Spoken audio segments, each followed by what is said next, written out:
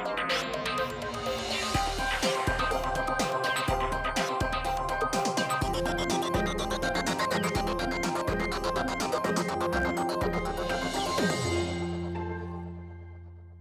มีสิทธิ์ซึ่งประสงค์จะลงคะแนน Thailand will go to the polls on March 24th.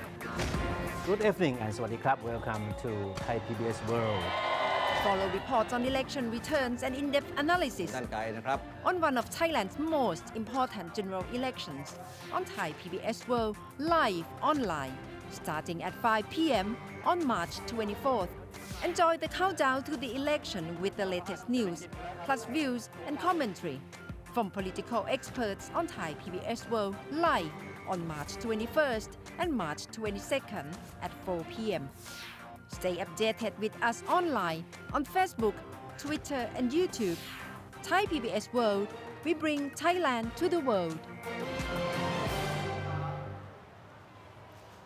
Good evening สวัสดีครับ I'm เทพชัยยอง สวัสดีค่ะอำนัทฐา โกมลวาทิน Welcome to special Thai PBS World program to provide you insight and analysis on upcoming election. We are really approaching election on 24th คุณเทพชัย Only 2 days away, one of Thailand's most crucial elections. And of course, starting at 5 p.m. this coming Sunday, that means the day after tomorrow, Kunathai and I will be back here on live on Facebook Live.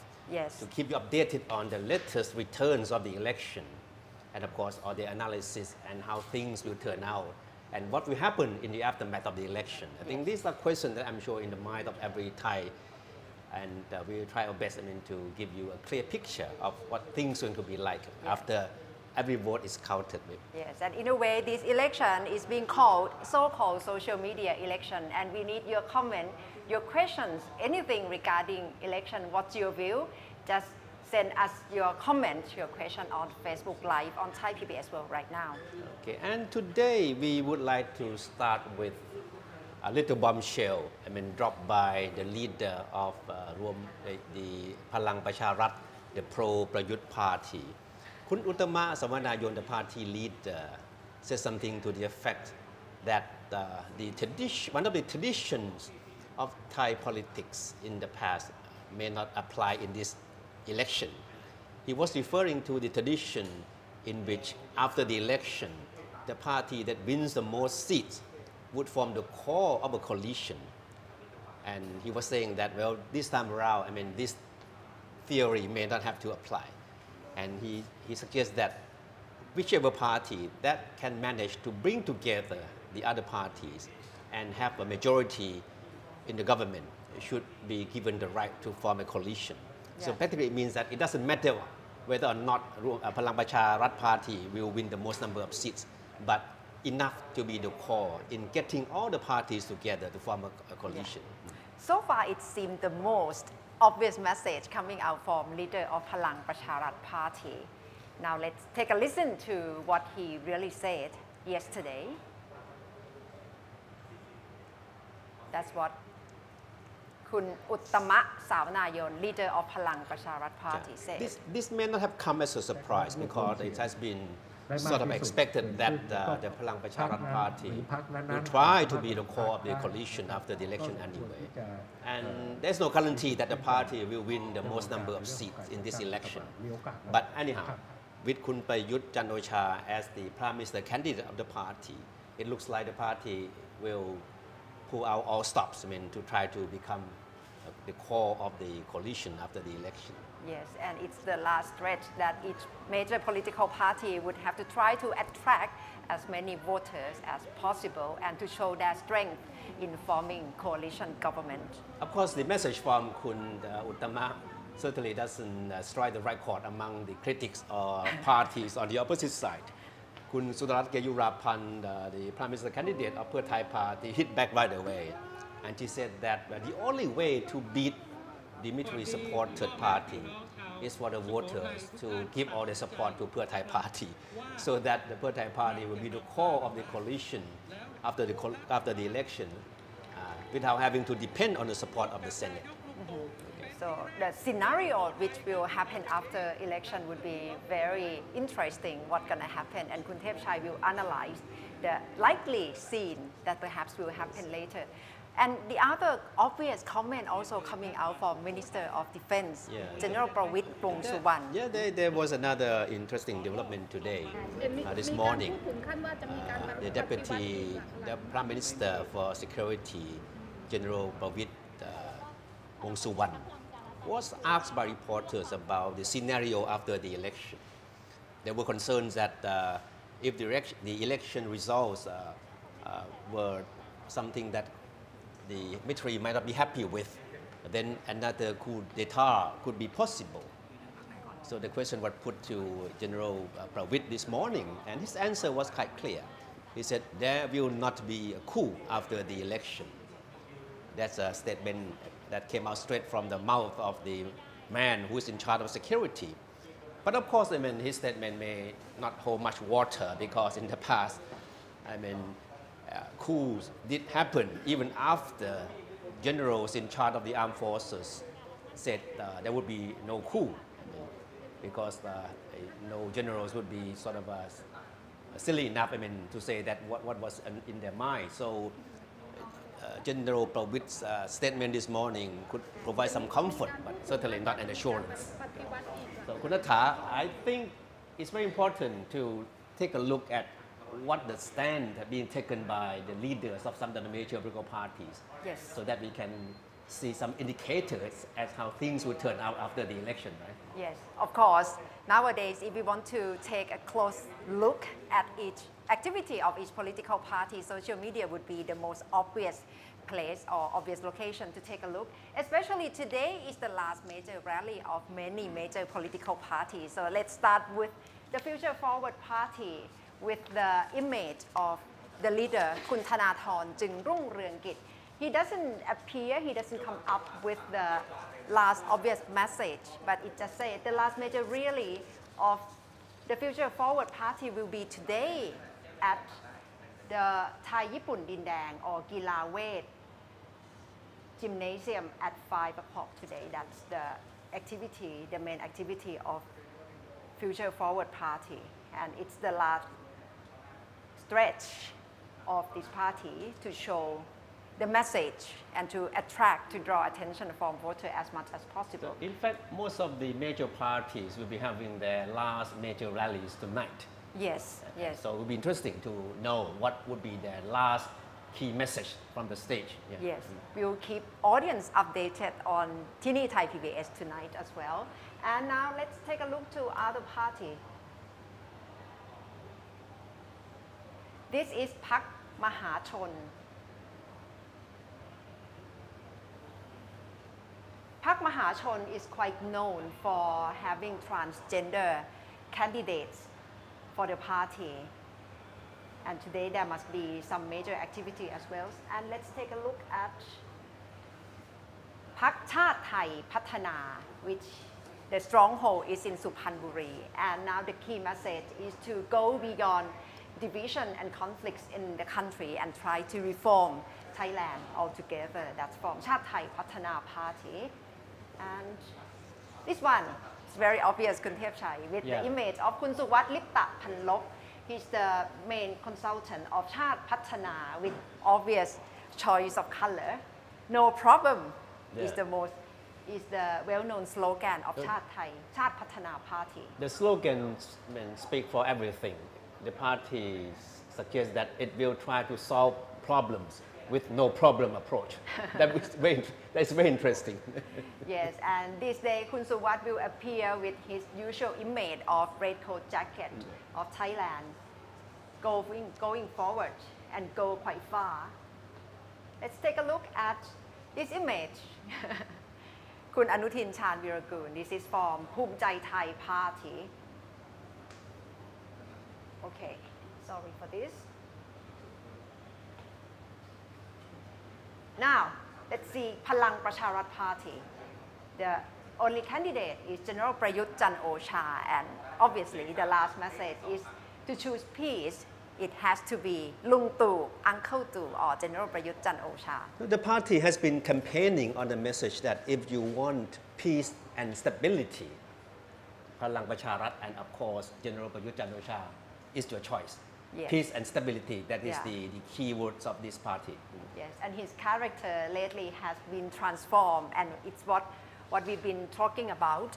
Now let's take a look at the Democrat Party. The Democrat Party. The message of the Democrat Party is quite Yeah. clear, Dunatha. A choice between dictatorship and Yes. democracy.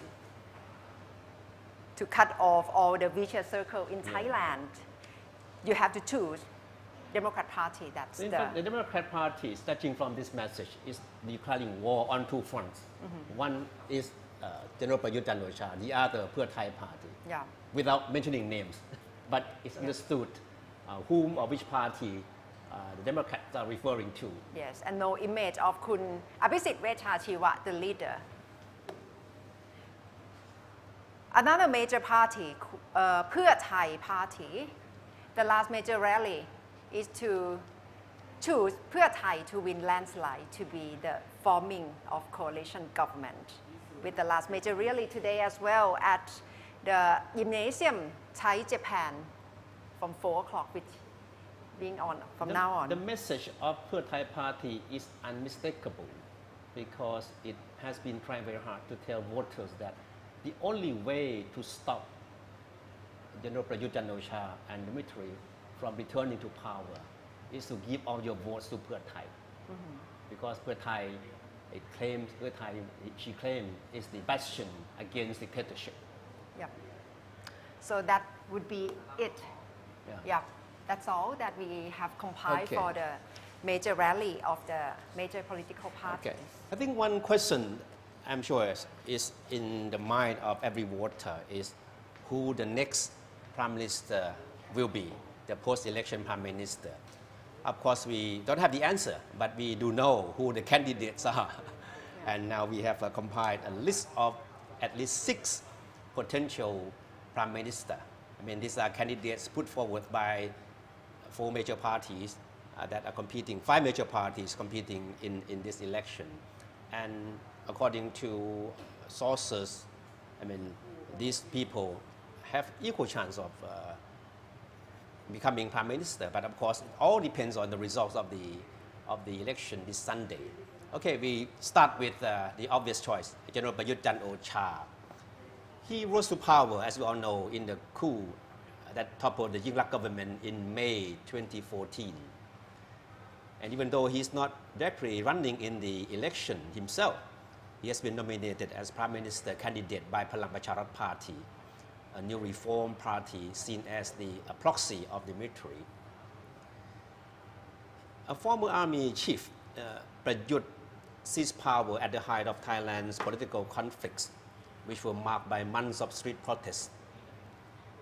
While he is credited with restoring peace and stability, he has also been heavily criticized for cracking down on critics and curtailing press freedom. His political opponents fear that his incumbency is being used to the disadvantage of other parties and have been trying unsuccessfully to pressure him to resign as Prime Minister. General Prayut, who is now 65, has also refused to take part in election debates, saying it would be a waste of his time.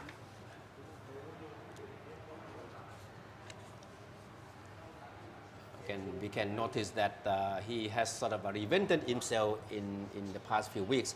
The second candidate for Prime Minister is Kun Ying Sudarat Geyurapan, who is a veteran politician, and he's running on the ticket of the Pheu Thai Party and is the only woman candidate trying to be Prime Minister in this election. Her candidacy is known to have been endorsed by former Prime Minister Thaksin Shinawatra, who is in overseas self-exile. Sudarat, who is 58, has held a number of cabinet posts, which include public health and agriculture ministers. She is campaigning on a platform to improve the livelihood of the people, who she claims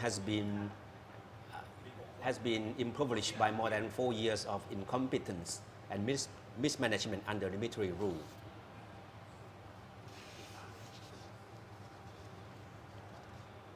And then we have Kun Chacha Sitipan, an academic turned politician. His return to politics after almost 5 years of political hiatus has been widely welcomed by his supporters.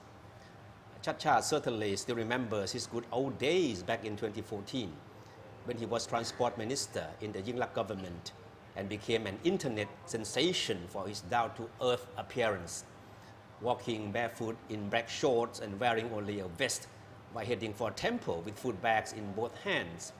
His nickname, strongest minister on earth, went viral overnight.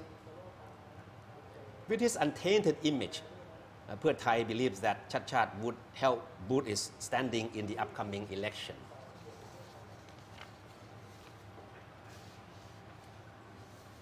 And of course, Kun Abhisit Vejjajiva, leader of the Democrat Party, he is the only Prime Minister candidate in the election to have held the country's top executive post.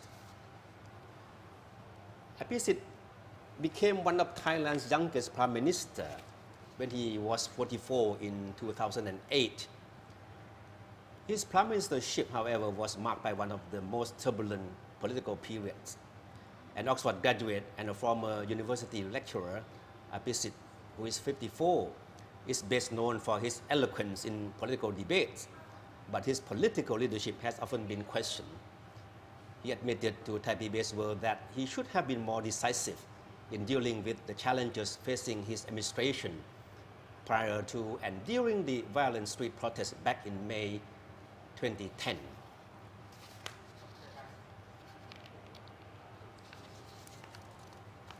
Next is Kun Thanathorn Jingrungrungkit, the leader of Future Forward Party. He is somewhat ironically dubbed as the billionaire commoner.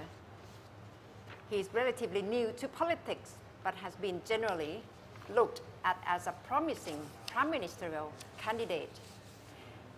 Campaigning on the message of change, the former vice president of Thailand's biggest auto parts manufacturer, Thai Summit, has struck the right note with young voters who have become disillusioned with the old school politics.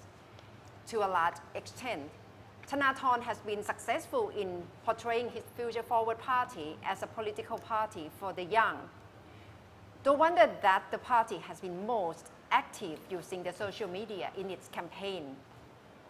The US-educated young politician who was an activist during his student days often makes headlines with his anti-establishment comments. He has openly declared himself an enemy of the military, which seized power in military coup in 2014.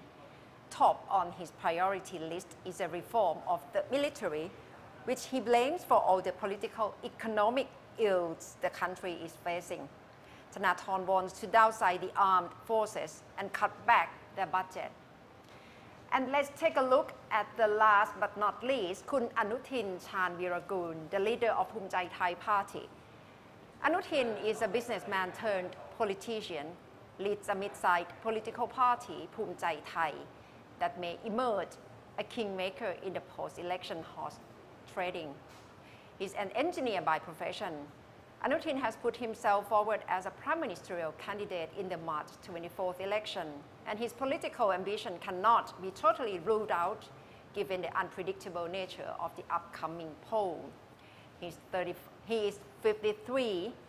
He runs a giant construction empire, Shinothai Engineering and Construction, and is often seen flying in his own private jets for business trips and charity activities. He has held a number of cabinet posts, including Deputy Public Health and Deputy Commerce Minister. Anuthin has made it clear that despite the continuing political polarization, his Somchai Thai Party, unlike some of the major political parties, carries no political baggage, Kun Thepchai. So that's all the list of 5 candidates, prime ministerial candidates. You know, being dominated is the easy part, but getting there is the more difficult, challenge waiting, ahead. So how to get there is a very complicated process. We call this the road to the prime ministership, because in this election, I mean, the result of the election itself will not sort of be automatically lead to anyone to become prime minister, because there's another process waiting ahead. So the prime minister, I mean, the post-election prime minister will come from among candidates nominated for the premiership by political parties contesting in the election. So each party has nominated either 1 or 2 or 3 candidates for the premiership. But the person to win the premiership needs to have simple majority support from both MPs and members of the Senate. That means that both houses, the lower house and upper house, will have to vote together to elect the next prime minister. And this is where the challenge is. But the caveat is that a simple majority of the House of Representatives and Senate can override the list of PM candidates, and with a 2/3 majority can appoint anyone as prime minister. So it doesn't mean that anyone who has been nominated and wins and then forward to the House could automatically become prime minister, because the Senate, together with members of the House, still have the power to override the nomination, and then eventually may pick someone not in the list to become the next prime minister. And that's why the Senate will be playing a very crucial role in the post-election scenario, because the 250 senators will be handpicked by the National Council for Peace and Order. And the Senate, the first term, will serve a 5-year office term compared to 4 years for elected MPs. And if you look at the scope of the power of the Senate, I mean, you will get a good idea as to how powerful the Senate will be. Of course, I mean, the fundamental function is to deliberate and approve bills passed by the House of Representatives. I mean, having oversight over political office holders with the power to impeach those charged with corruption and wrongdoings. But it is the last item on the screen here that really set the alarm bell. That is, it has the power to join the elected MPs in approving appointment of prime minister. And then, of course, the question being asked as to how things will turn out after the election. There are a lot of scenarios that may take shape after the election.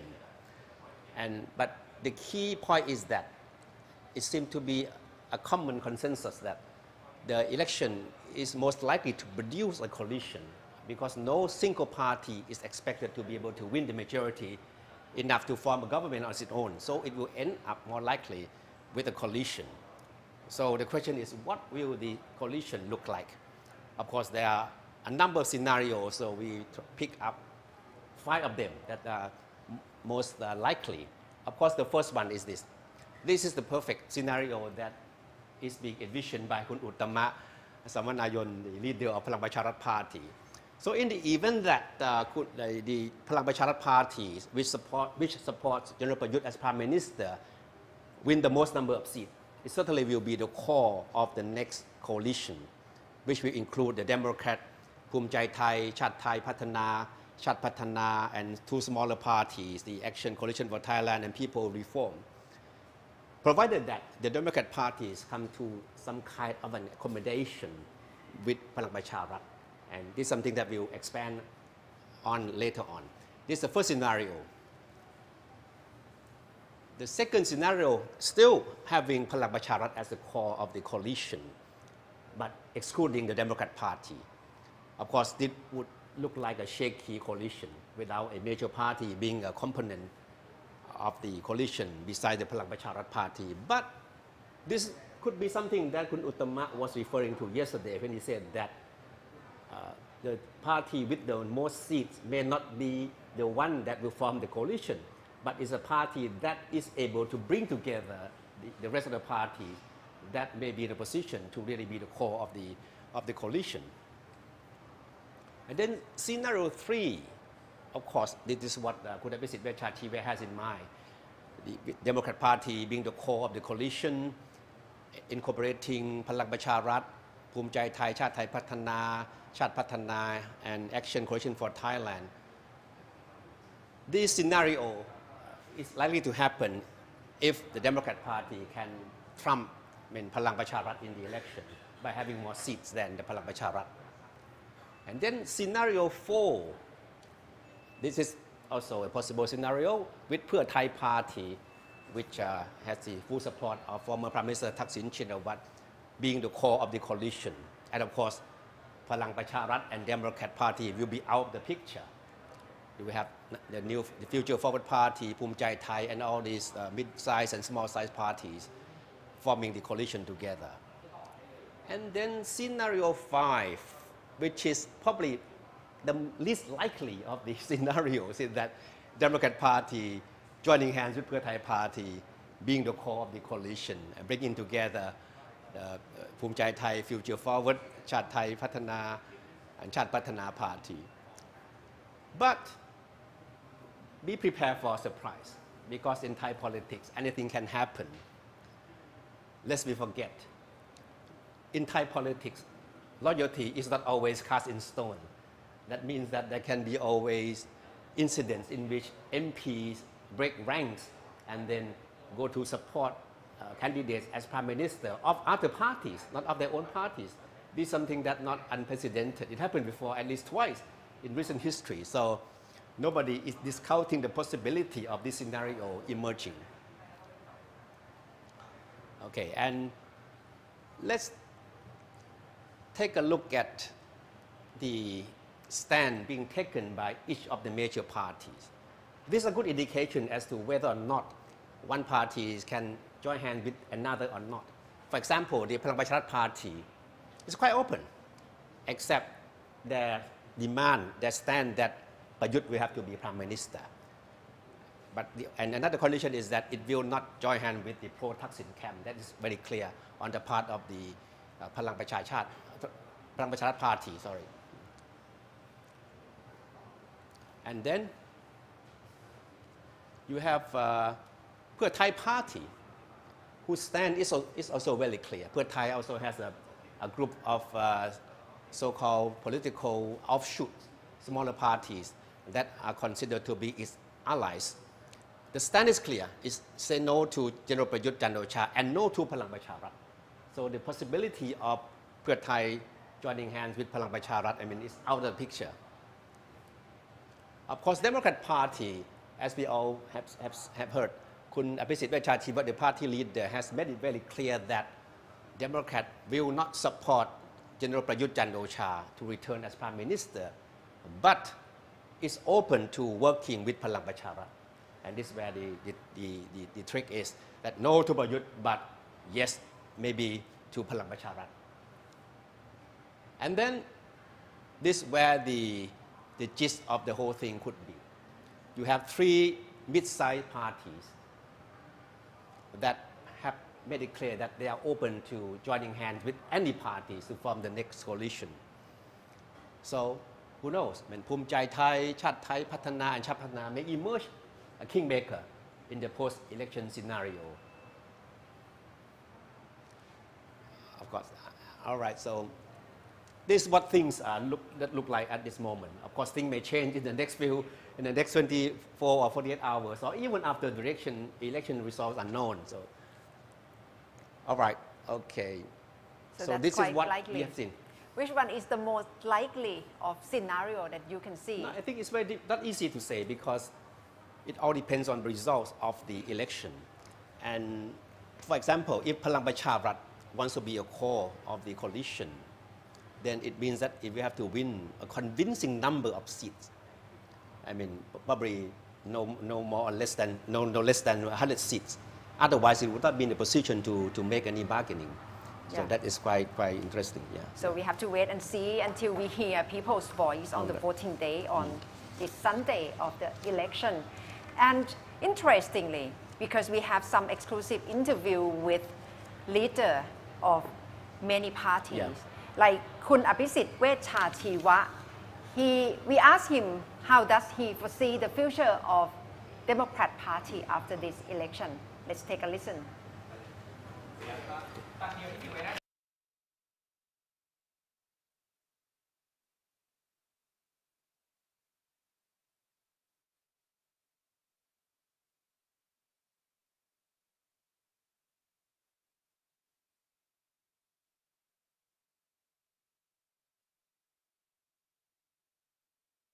The technical error. In fact, we talked to Pakkapaswiwat and asked him about how he see the future of the Democrat Party in the election, and he was quite confident that the party is in a position to win big, and hopefully he would make it back as Prime Minister once again.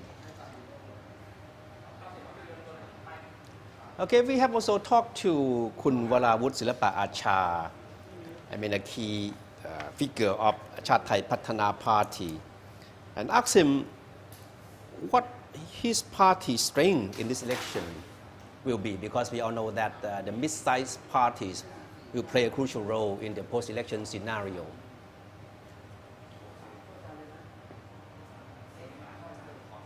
Okay, I'm sorry. I think we have some technical problems that make us unable to replay all this interview that we have with key party leaders. But anyway, we have more important topic to talk about with Kun Ajahn Somchai Pakkapaswiwat, a well-known political commentator. Have you decided who to vote for? My mind. In your mind.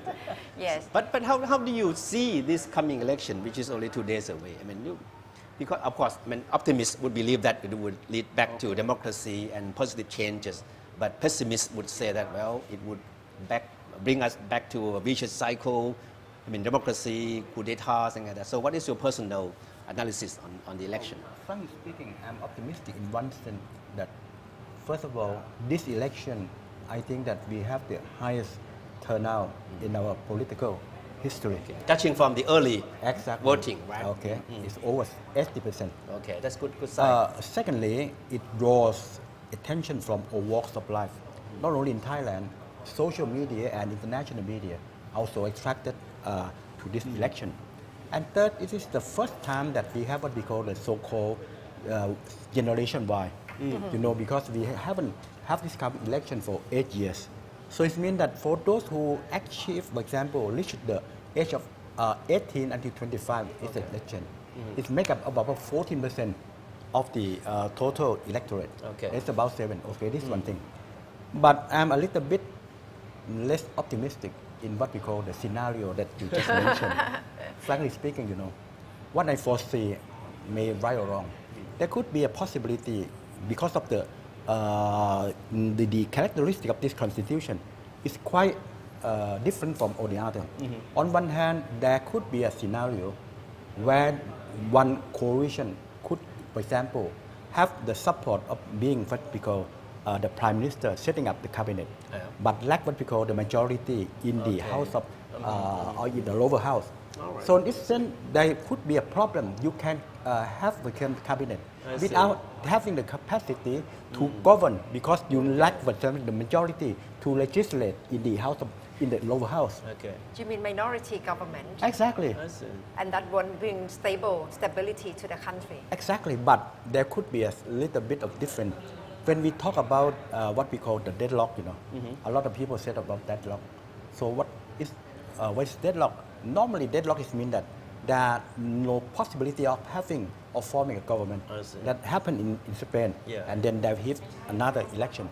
But in this constitution, I don't think there could be that kind of deadlock because if you muster what we call 250 senators, you need just only 126. That's right. Okay. But that will only be a short-term solution to the situation, right? Exactly. But the problem is here that there will not be a deadlock, but there will be a problem for the Thai politics. Because in this sense, the government will not be stable. Because you have the setting up of the government have no capacity to pass what we call the legislation. But there will be some different, here. Look at Kun Pakkapaswiwat. He said that personally, he is against what we call the return of the so-called establishment. Okay. Yeah. But on the other hand, it's not the dictate of the party. So I expect that there could be a situation whereby Kun Pakkapaswiwat is against, for example, the Palang Pracharat forming the government. But there's some what we call the so-called Kobla. Kobla, okay? That is what you just mentioned. Changing Kobla. So not only MPs breaking ranks within the party and to vote for someone outside the party. And this happened before twice. Exactly. Right? Yes. And secondly, there may be a possibility like what happened in Spain, you are the minority, but also you have the support of some other party in specific legislation. So that could happen with Prachatipat. Okay, I'm against what we call Prayut Chan Ocha, but I will vote for you in some legislation that I have pledged with the population. I see. But that would be a least desirable situation, right? Because that means the post-election government, if it turns out that way, would be very unstable. Exactly. And the minor incident would shake the stability. Exactly. And second problem for me is that you look at what happened. This constitution, frankly speaking, by the majority, some of the people say that this was quite legitimate. There is a lot of what we call not so liberal. Because the atmosphere back then it didn't allow people to express their views, their position to certain clauses in the not constitution. Only the camp of the Pheu Thai, I mean all the family, Kunapis also is against this one. So there could be an attempt to amend the constitution. Yes. So this means that the constitution is viewed by some of the sector, is not legitimate. So on one hand, you have what we call attempt to amend the constitution, but on the other hand, I expect that with the polarization, and with this kind of thing, I expect there would be a lot of extra parliamentary activity, parallel with what we call the attempt to what we call turn on the top of the constitution. So that's the scenario that I expect in the future. Do you mean you see street protests that people are not quite happy with the forming of the government, of how the government will work, and they will be moving outside the parliament? Well, there could be, for example, look at here, when we talk about democracy, democracy is not limited in the parliament. Democracy means that you have the right to show what you think. Look at France, so it's a normal situation. But in our situation, it's quite different from the other because since 2014 until now, polarization remain, remain and stronger. But the polarization is also make it more and more complex by the fact that Thailand is what we call suffer from what we call unequal distribution of wealth. In this sense, this situation has long been pertaining to Thailand, but the problem is that the pressure is increasing, on the uptrend.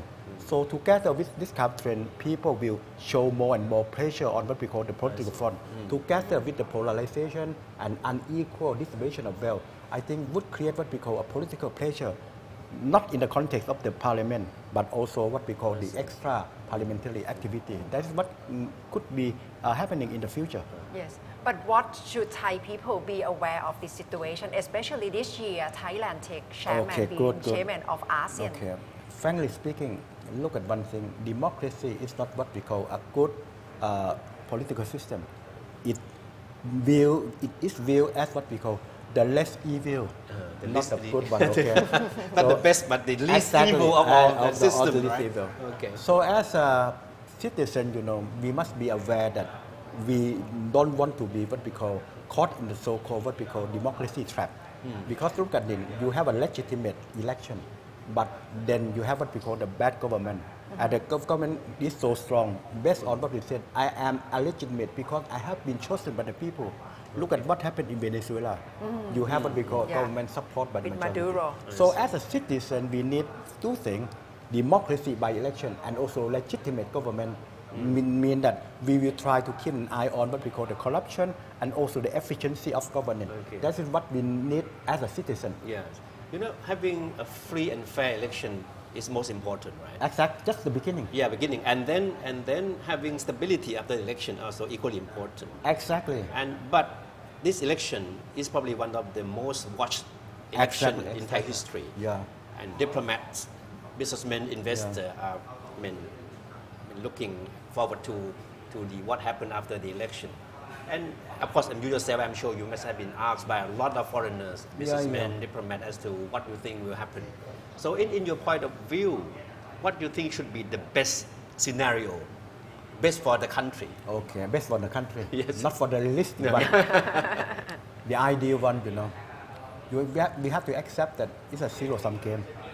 So you're not just mentioning what we call harmonizing and impossible, zero-sum game. So we need what we call, frankly speaking, I'm a little bit pessimistic.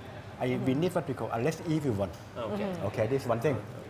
Secondly, what do we mean in that?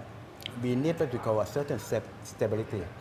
At least there is what we call a correlation, and also between what we call majority setting up the government and enough majority to make sure that the legislation could be working out. That is my ideal scenario. If it could be happen, it could be happen on one camp or the other. It's okay. I don't focus on one camp against the other. But as an ideal, we need what we call a stable political system, whereby the government is stable, whereby the legislation is stable enough to be efficient, legislated. That's what we need. Yeah. No, but one question, of course, has to do with General Prayut Chan-o-cha himself, right? If he's not in the picture, no matter how idealistic or how perfect the scenario is, I mean, do you think that would be a problem? Frankly speaking, yes, anyway, the problem remains with what we call the polarization. But on the other hand, the question is good. What happens if Kun Prayut is not in the scene, okay? Yeah. I think there will be, anyway, the polarization is remain. There is one camp against the other. Democrat will never be collide with Pheu Thai. So there will be some what we call in the between, a lot of between that could play the role. So without Kun Prayut Chan-o-cha, I think the crucial role belongs to the mid-size or the smaller size one. Okay. There must be foreign reporters approaching you and would like to interview you on the scene or scenario of Thailand. What do you like to communicate? And what's your observation that foreign reporters give so much attention to this Frankly election? speaking, I will say that, Thailand is a good example for what we call the world trend. Your country in mind, more or less, suffer the same trend. The same trend is now that in the past, there is what we call a holistic joining between two different concepts, liberalism and also the democracy. It's joy in the context that we take it for granted. It is the same. When we talk about democracy, it means liberal democracy, check and balance. But nowadays, two concepts separate as a divorce. So we either have one thing, democracy, but on the other hand, democracy is not supported by check and balance. We call this kind what we call illiberal democracy. But on the other hand, we have liberalism, but yet we don't have that kind of democracy. So frankly speaking, we are suffering more or less the same. We call this one a hybrid one. So it means we cannot have the base of both worlds, liberal and democracy cannot go together. Some people at the say same that we time. have what we call undemocratic liberalism. On the other hand, some people say that we have illiberal democracy. So frankly speaking, Thailand is a good example, like you who interview me. Where is Thailand at the moment? Thailand is more or less in the what we call the world trend. We call what we call a hybrid. Sort of political system. Not what we call liberal democracy. I would call it illiberal democracy. A bad situation can also be good, lesson. Yeah. For a good lesson, like Thailand could is learn doing. from it. So, but personally, are you optimistic or pessimistic? In which way? The post-election scenario. Post-scenario selection, I will be both of them, optimistic and pessimistic. Optimistic, at least we have what we call an airing channel. Without this kind of election, this content will be kept in limited. So in this sense, we have what we call airing of this content. It's good, But pessimistic is that we still suffer from what we call polarization. I don't know how long all this stop. As a Thai citizen, I don't want to see, for example, the political discontent turn into what we call a confrontation. We want what we call a peaceful confrontation in the context of what we call democracy in the parliament. All right, we have been talking about the role to be played by mid-sized parties, which people believe it will be very crucial. So we have talked to Kun Varavut Silapa Acha, a key figure of Thai Pattana Party, and asked him about how he sees the role of his party. Well, as for our party, we are the only long-time established political party in Thailand that we actually blend the new blood with the current existing generation, the previous generation, the current generation, and the next generation. We are actually the result of the synergetic coalition between the new generations and the old generations. And it's a synergy between the two generations that's actually driving our political party forward. And I think it is what Thai political arena or Thailand, our country as a whole, needs right now, is a synergy between the two generations. We've seen what the old generations have done. We don't know what the new generations can do. We've seen their visions, we've seen their will, but we don't know how good of a job they will be able to carry out. So I think at the moment, at this point in time, the coalition between the new and the old shall precipitate in the real dynamic of the Thai political arena. Now we can see that Kun Valavut, the key figure of the Chart Thai Patana Party, is quite confident of what he sees as the uniqueness of this mid-sized party, which people believe that will play a very crucial role in the post-election scenario. Then we have also talked to Kun Uttama Samanayon, the leader of the Palang Pacharat Party. As we have heard from him, he is positioning his party as a core member of the post-election coalition. But how does he see the conditions, lying ahead of in forming a coalition with other parties? Let's hear from him. I think it's way too early to talk about forming a government at this time. Palang Pacharat Party believes that this is the time, especially when there aren't too many days left for us and to present ourselves to the public, to the voters, what we have volunteered to do for Thai people, for the country, rather than spending the time on politics for the sake of politics, and creating, in our view, an atmosphere that is not conducive to a good election, a fair election for the Thai people. Let the people speak first, then the formation of government will follow. See who gets, what kind of votes. Not too late, in our view. So we have chosen not to engage in those kind of politics at this time. No, it's undeniable that in this coming election, the role of first-time voters or young voters will be very crucial. There will be as many as 7 million first-time voters, and people believe that these young voters will help determine the course of Thailand's politics after this election. So, Kunatha, now today we have. Yes, we can describe these two as representatives of the new generation of voters, yes. Right? Are you voting for the first time, both of you? Second time, actually. Second time. Okay, enough to be counted as a young voter then. Yes, but we can tell that they are young generation, and this is our team of Thai PBS World reporters. Let you introduce yourself. Yes, I'm Kitipat Sukhjit, a news content creator of Thai PBS World. How old are you? 29. 29, okay, Yes. still young. Yeah. Yeah, second time voter. Yeah. Yes, I'm Thanadet Tanmaripan, a content creator of Thai PBS World. yes. And you must have heard or feel sentiment of first-time voter because you've been out there in field work, interviewed so many first-time voters. Yeah. Yeah. As we know that there are in this upcoming election, there are lots of first-time voters. The first-time voter who is a first-time voter? These are young people who have a right to vote for the first time. And the number of them is like 7 million people. Yes. It's quite a lot. This means that they can make a massive impact in this general election. And it seems that many parties launch the policies Yes. or campaigns in order to attract this group. And the way they reach this group, which is social media, which is the easiest way to reach this group of people. But how do you think these young people react to these initiatives or policies?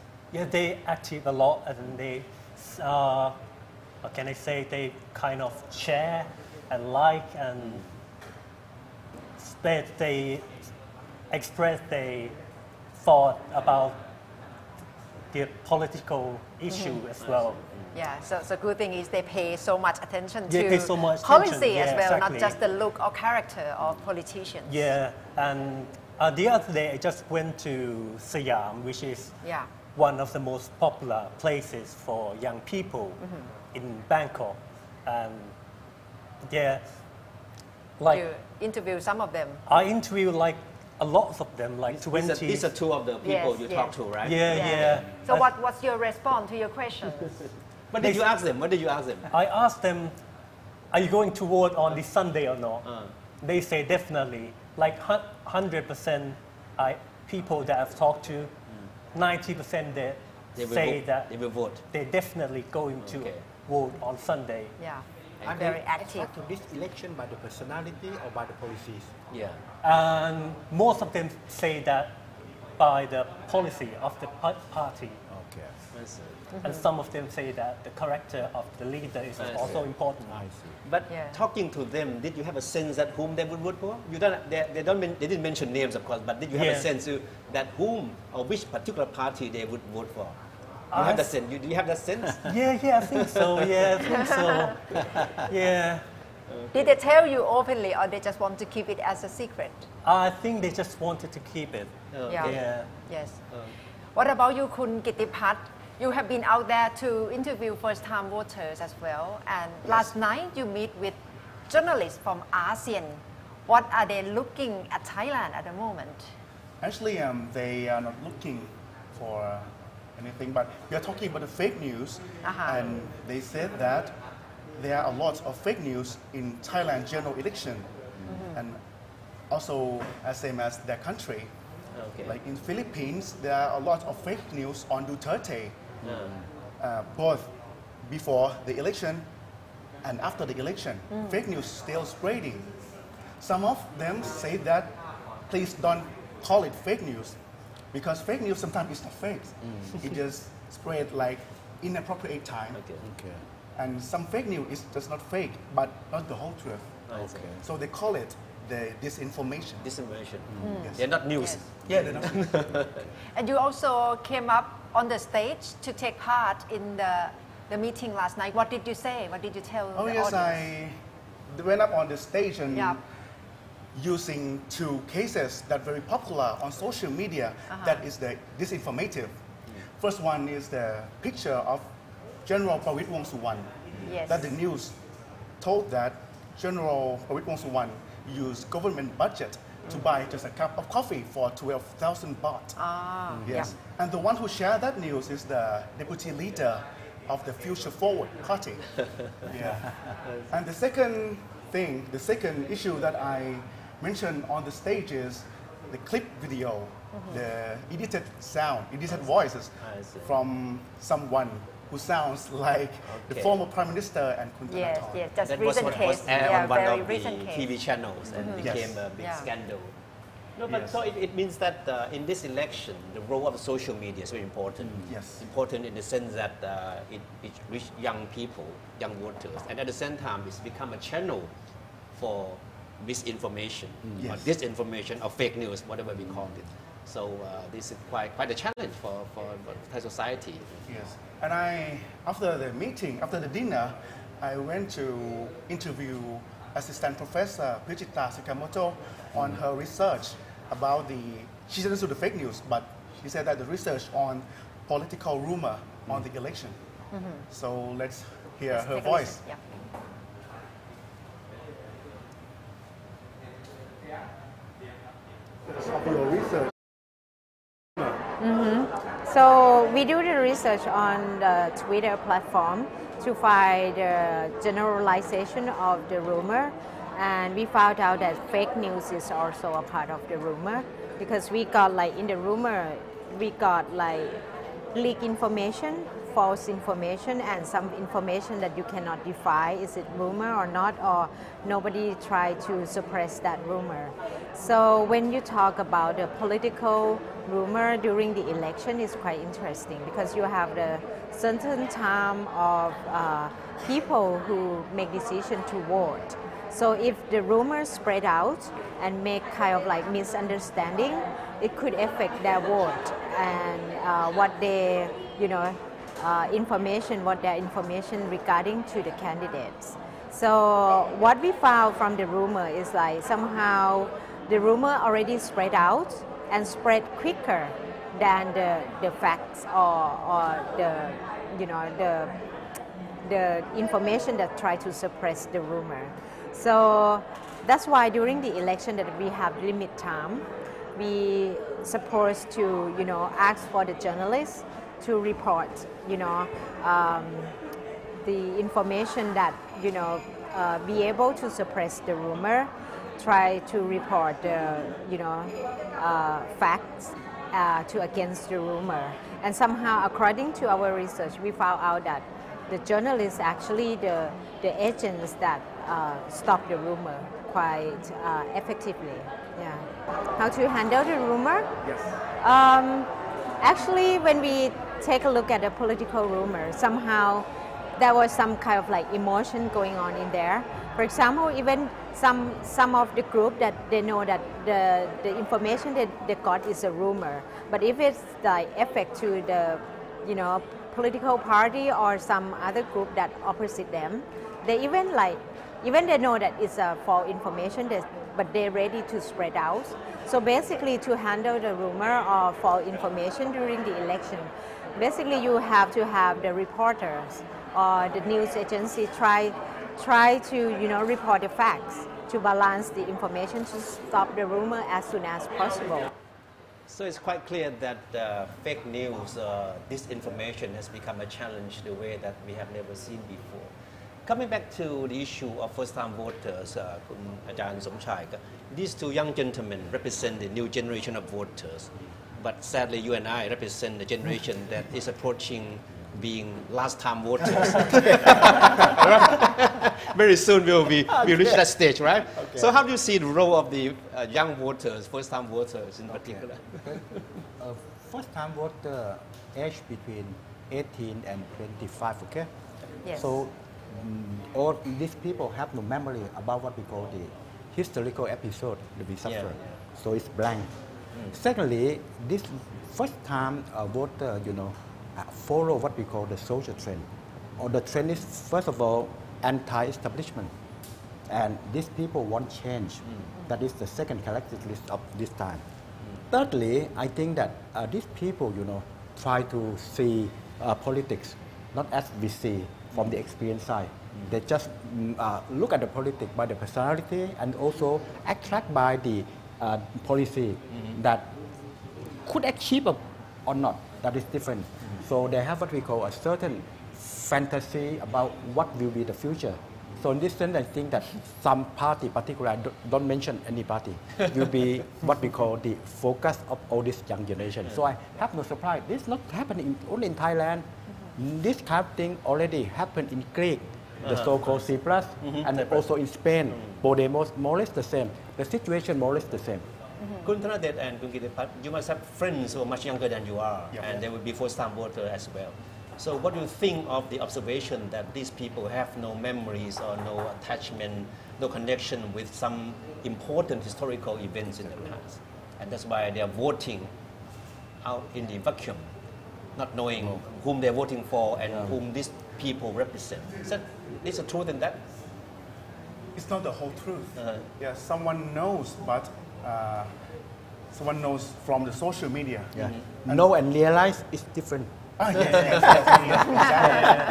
Definitely. Okay. So some of parties knows this point and use social media as a media that they can convey, they can communicate with the first-time voters. Can I add some comment? Know, realize, and feel is different. The young generation just know or a little bit realize, but not feel. But it's different. Yeah. What's your take on this? Okay, as I told you earlier that I went to a place that there are lots of teenagers and there are lots of first-time voters, and I asked them about their feeling about this upcoming election. So let's hear. Yeah, let's take a listen of the first-time voter that Kun Thanadet has asked some questions.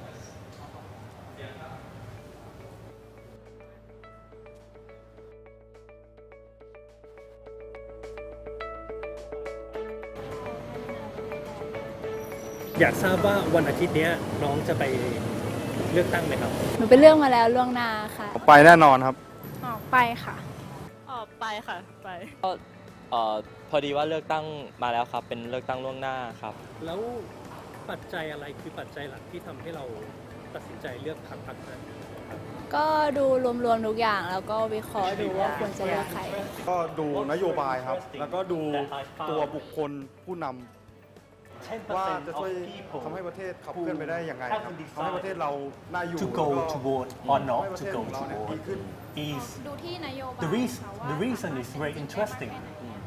They say that the reason why they haven't decided to go or not is they wasn't sure who is the best answer, who would be the best answer for Thailand to lead the country. That's why they haven't decided to go to vote or who to vote for. Yeah, so that would be interesting to see reaction or first-time voter voice on Sunday. And of course, our young team, Thai PBS World young team will be with us the whole day on 24th of March. Today, thank you very much, Kun Kittipat and Kun Thanadet for joining us. Thank you so much. So that would be very interesting with what's gonna happen on election day. And as I mentioned, อาจารย์สมชาย with the มีปัญหาเรื่อง Oh, okay. Okay. Somchai will stay with us because yes. we need your comments, your input into these various aspects of the election. You know, there is one question for you on Facebook Live, but perhaps you have touched upon this issue already briefly, but perhaps you would like to extend a bit. Kun Urani, thank you for your questions.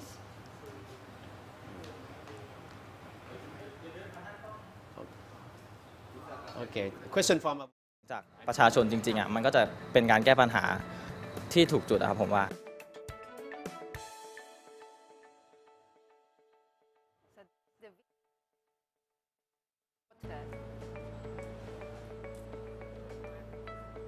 ชี้แจงไงวันหลังก็อยู่ก็โดนด้วยถ้าถามมากๆแล้วก็Kanokon, thank you very much for your questions on our Facebook Live. She asked, what do you think are the possibility of amending current constitution after the election, despite the results? Okay, I will give you the procedure to amend. Okay. That's the session. The first session, you need what we call the so-called absolute majority, okay? Okay. The first session. The second session, but the first session, not only the House of Commons, but you need 1/3 of what we call the senator. The second will be what we call a simple majority. But the third one is very difficult because apart from what we call the absolute majority and the second and 30% of the senator, you need 20% of those who haven't been part of the cabinet, including the chairman of the parliament. And some of the issue within a certain context need what we call referendum. So to amend the constitution, it's quite difficult in a sense. Because we don't forget the fact that this constitution has been approved in a referendum. Exactly. 60% of the people approve it, so it would be only fair if anyone who wants to push through an amendment needs to have some kind of a public consensus on this. Exactly. Otherwise, it could lead to some kind of chaos. Yes, but normally the constitution is very difficult to be amended because it's the supreme law of the country. But particularly this one is a little bit more difficult than the other. Yes, but at least it shows that our audience are interested in this very issue of amending constitution. And if you are first-time voter, have you already decided to vote? Give us comment so I can read your comment on our broadcasting live on Facebook as well. And right now, we have another guest coming and joining us live. คุณธิติพงษ์เหลืองอรุณเลิศ founder of ELECT. He's part of the group which is called ELECT, which is compiling information, so much information on social media. Just introduce us what ELECT is doing.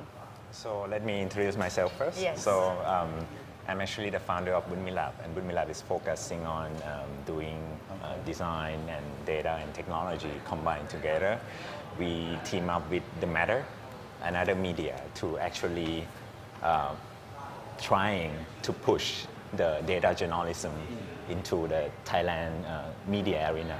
And for this election specifically, we foresee that the data will be the crucial role for the new voter and also the old voters to find out what's going on and also check the past election, the history and stuff, and get more information to actually decide who to vote for on Sunday.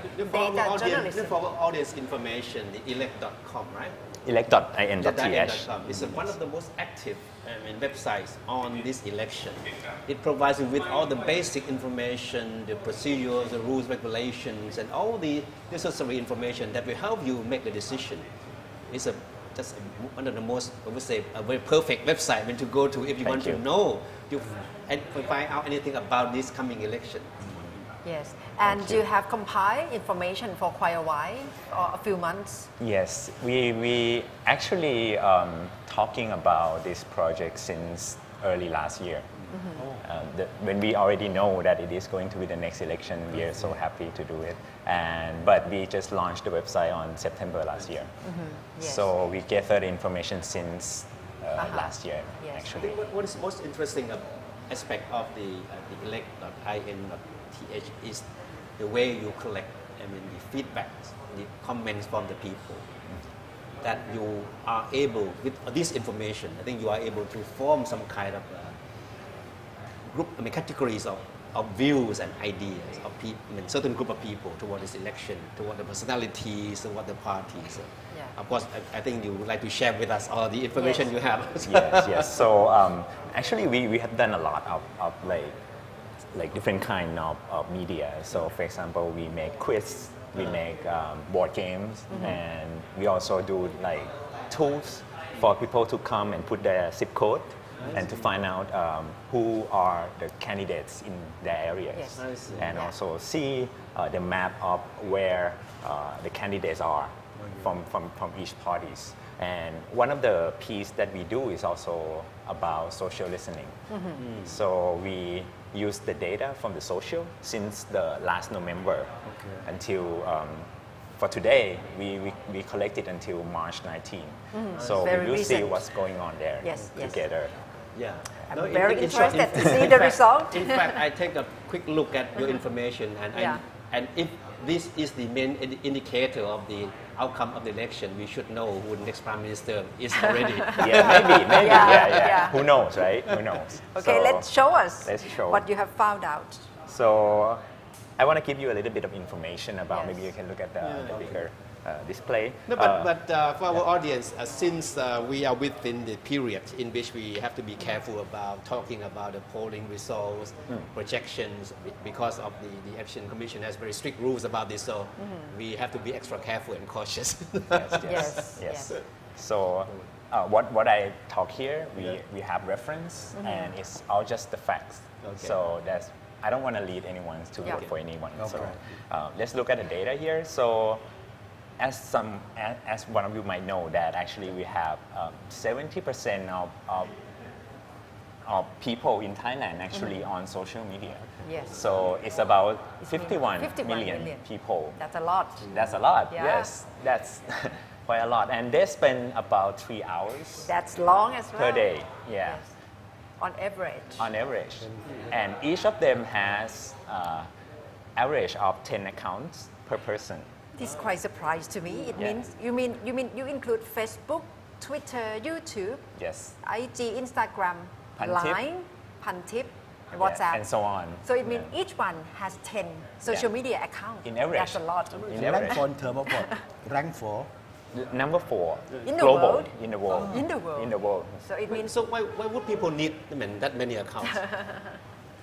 I need it. Keep connected. How many do you have? I think I have more than 10. Oh, that's a lot. So what's the purpose of having that many accounts? So I think all of them have purpose, but different. So you react in line differently when you react in Twitter, in Facebook, different personalities. And what's the difference between young generation? Do they have more accounts than older generations? I think so. I think young generation, they tend to have more accounts, and they like separate their interests, like give a little bit of attention here and there. But for older generation, probably focus on line group Line. Okay. all Facebook? day. And Facebook, Yeah. yes, Some maybe just older two. generation have no account though. Yeah. But you're an exception. You're an exception. Yeah, but as I observe my parents, they Yes. are really into line, and Okay. especially Yeah, line group. yeah. Okay, let's move on. And then And so, but the main audience, of course, is younger generation, 18 to 34 years. And the most popular platform is still Facebook. this is for Thai. For Thai people. Yeah. So 50 million yeah. on Facebook and 13 million for Instagram. IG, yes. IG. Very popular. And 4.7 million users on Twitter. Twitter. Yeah. But Twitter is really powerful. What about YouTube? YouTube? Yeah, Not later. Yeah. Okay. We didn't put it in here. Okay. But all these are overlapping. Overlapping, yes, overlapping.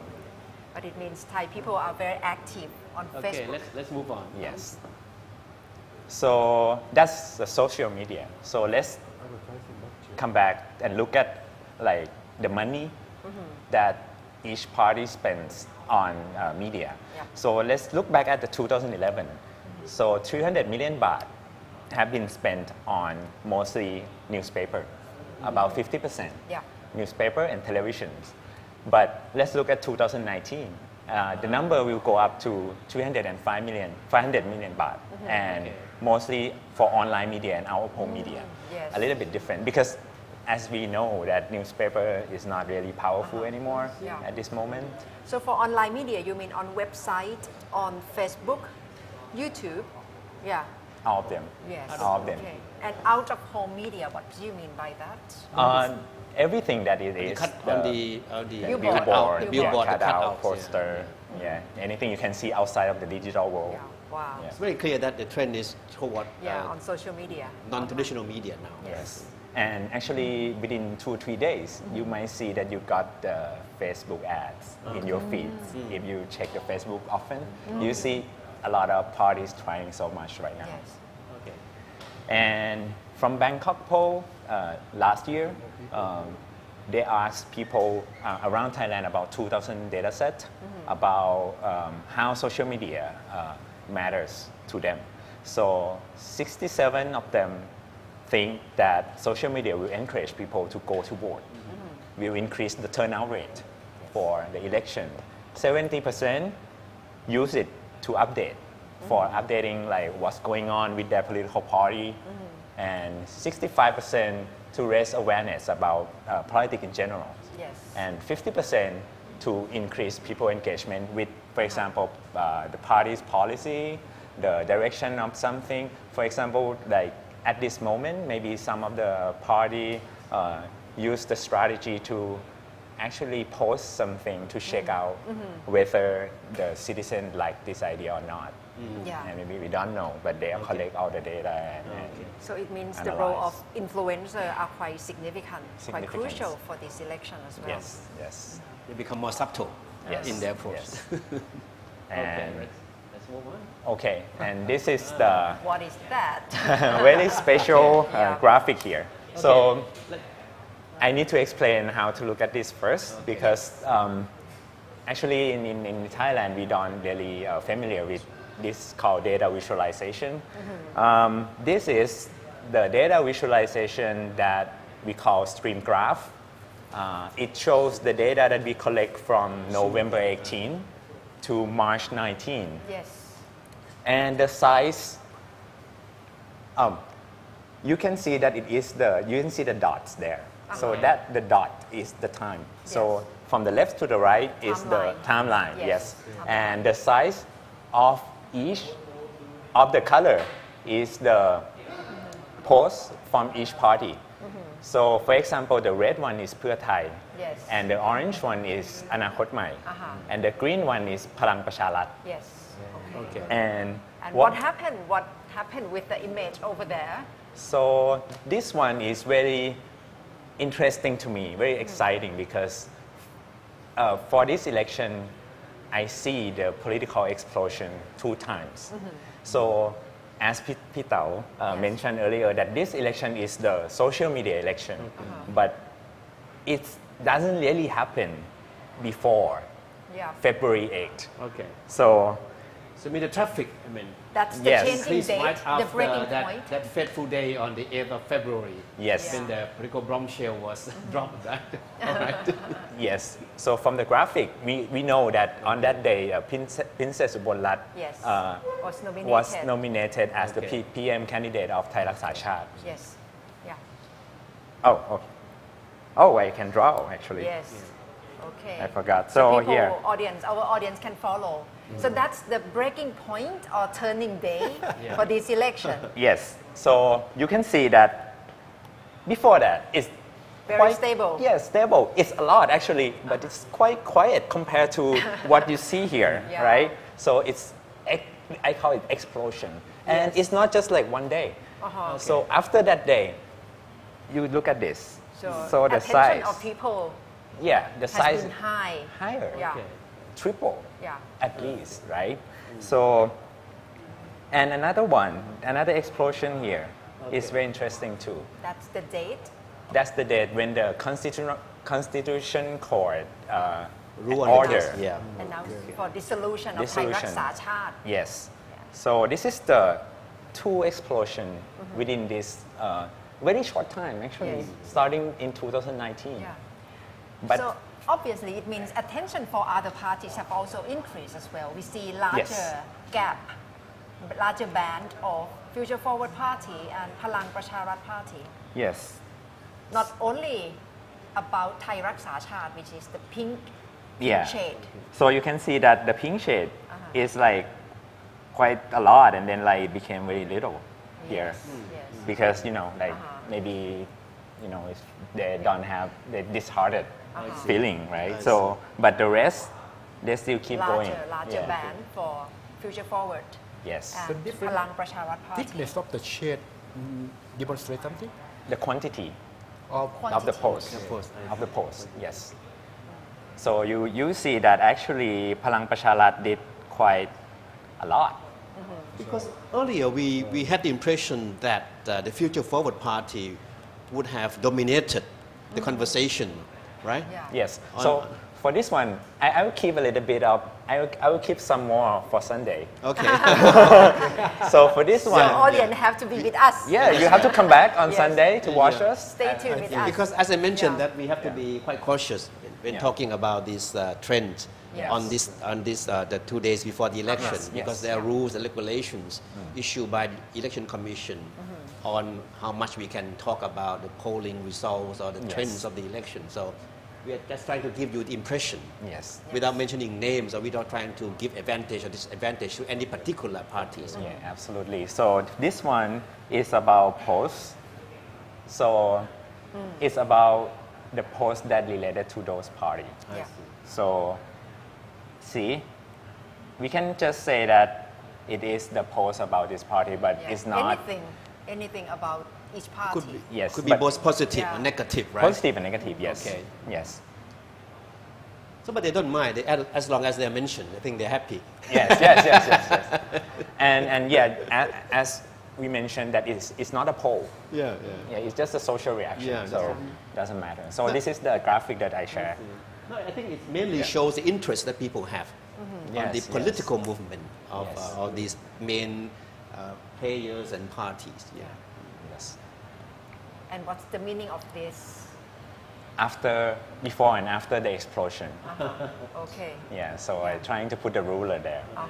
So have a little bit more. You want to see? Yeah, please. So I want to drill down to only on that explosion, only here. So what's going on here actually, right? Yes. So we have the more expand view of what happened during February 7 to February 9. So let's recap it before the election. Yes. So on the 9 a.m. on February 8, we have the announcement from Thai Raksa Chat. Yes. And then after that, you can see that it is, this is attention just, is on the party. Yeah, just a few hours after that, it's like an explosion. So, but it's not about like positive or negative, it's just the quantity, overall. overall, yes. This is very unprecedented. I don't think this kind of thing happened before, that you see such a fluctuation within one day. I mean, Yes. peak and then you taper off and then you peak again Yes. on the same night. Yeah. Yes. It's interesting that you know that on this particular time, also Prayut Chan-o-cha announced that he accepted the invitation from the Palang Pracharat. But you can see the green color that it is not wider. really But a little not- bit, yeah. but because compared to the pink one. Yeah, because it overshadowed, but it was being the day overshadowed of by the bigger pink event. one. Yes, yes. And after that, you can see at 10, about 11 p.m. on that day, we got the royal command Yes. from, and then after that, we have another explosion. So actually, this is already at night. Yeah. You know, we go through on the February 9, and people still react on what's going on, and they go to bed. And then we mentioned about Farag Paw a lot in the media. It happens that day. Because the next day is the football match between Jula Thammasat and the hashtag Farag Paw or Happens Far on that Loves day. Dad Yes. has become quite obvious. And it take off I see. from that day. But is there any way we can tell that this post, I mean, came from same groups of people or different groups of people? Right now, we still cannot, but we can calculate. Of course, if we have time, and we can come up with who is actually active or not active on whatever. Yes, but this is just the overview of what's going to happen. Maybe we can have more on Sunday, maybe different point. But we could not identify the age group within this context. Yes, actually, I'm not sure about that because when you, it's a privacy. So when you post something, you don't really, the platform doesn't really actually allow you to know how old are they or something like that. Kun Somchai, at 1 minute after 5 p.m. on Sunday, he can tell you who the next prime minister will be. Okay. From this. Yes. From this social post on the listening. social media, Yes. not social media listening post. Yes. So audience, please stay tuned with us. Yeah, so you can actually start posting and hashtag the party you like a lot from now on, and or even after you vote, and then we can compare. Yes. On Sunday after we close the voting, then it's more fun because I can say anything, right? So it's social media survey poll after election. Compare with the Super Poll from Thai PBS. Yes. That would be interesting. What the result will bring, difference or similarities. Yes. So personally, what do you think of all these things you have shown us? I mean, as a person directly involved in collecting information and knowing the trends in the social media. Actually, I'm quite content about what happened because my personal agenda of doing this special project, is to actually increase the turnout rate of the people. And you think you are achieving it? I think I'm part of it. Okay. Yeah, at least Good I'm enough. part That's of good it. enough. Yeah, yes. Because some of the posts that we post on our social media got a lot of attention and engagement. We have 2 million people visit our site and about 7 million page views on what we do on the website. So that's quite a lot. And 7 million is actually the number of new voters. So maybe they are. Now you have such a large followers now, right?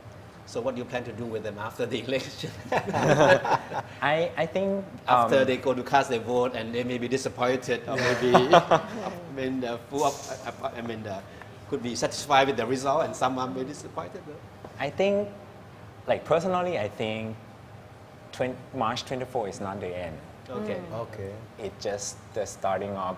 That's the beginning. There's something else, I think, and I'm actually very excited about. So it's not a temporary work, but you will go on monetarily. Yes.